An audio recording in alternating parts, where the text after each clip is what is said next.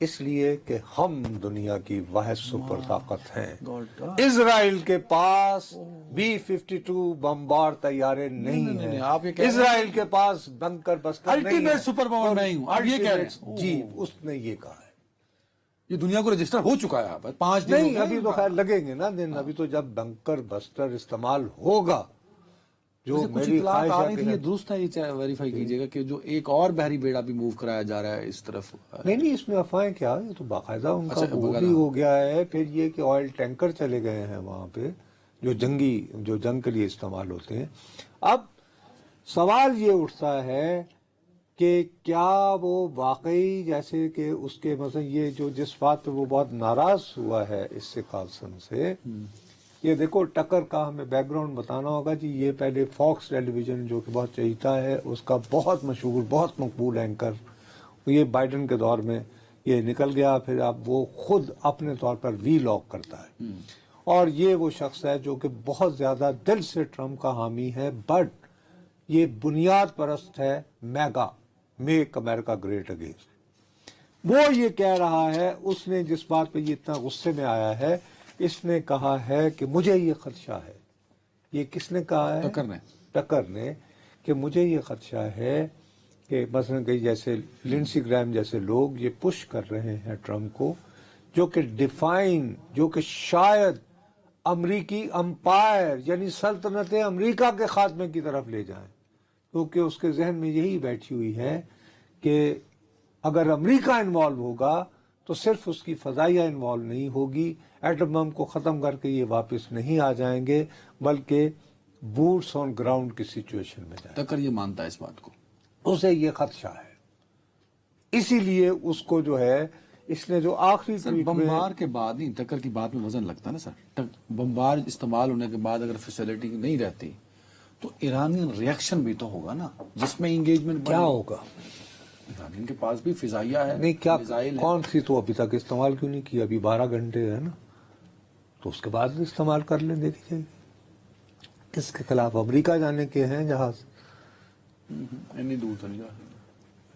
ان کے اوپر یہاں جو فیسلٹیز ہیں اس ریجن میں، قطر پہ بیس ہے، موبلٹی سی میں بھی ہے. ادھر پیدل چل پڑیں گے کہ حملہ کرنے جا رہے ہیں؟ کچھ نہ کچھ ہونا چاہیے تھا جو وہاں پہنچ سکے. تو تمہارا خیال ہے کہ قطر میں انہوں نے جو سینڈ کام کا بنا رکھا ہوگا اس کے ارد گرد کوئی ایسا ایئر ڈیفنس سسٹم نہیں ہوگا؟ آف کورس ہے. You right. اگر اتنی دور اسرائیل میں ہے ٹھیک ہے آئرن ڈوم بنا ہوا، ایک سوال، آپ نے رجیم چینج کا ذکر کیا تھا، کیا رجیم چینج ہوگی؟ اور وہ شہنشاہ ایران کے بیٹے رضا پہلوی وہ بھی انٹرویو دیتے پھر رہے ہیں. جی ہاں، وہ تو بہت، میرا اپنا خیال ہے کہ وہ بہت احمقانہ بات ہوگی. اس صورت میں شاید پھر ٹکر از رائٹ کہ بغیر، دیکھیے بات سنیں میری، آپ بھی ٹکر کی بات کو رول آؤٹ نہیں کر رہی، یہ بتا. نہیں کر نہیں کر رہا. ٹھیک ہے. رضا شاہ پہلوی، اس کے دونوں یعنی پوائنٹس ہیں، وہ دیکھنے پڑیں گے ہمیں. دیکھیے جب یہ افغانستان میں سارا واقعہ ہو گیا تو آپ کو پتا ہے کہ یہ طے ہونا تھا کہ جناب آپ کیا کریں. تو ایک بہت بڑا گروپ جو ہے وہ یہ کہہ رہا تھا کہ جناب معاملات بڑے ٹھیک ہو سکتے ہیں. ظاہر شاہ ان دنوں زندہ تھا جو سابقہ افغانستان کا بادشاہ تھا. انہوں نے کہا جی اس کو واپس لے آئیں.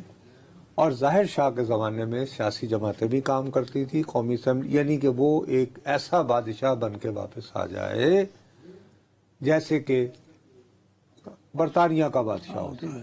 ٹھیک ہے جی.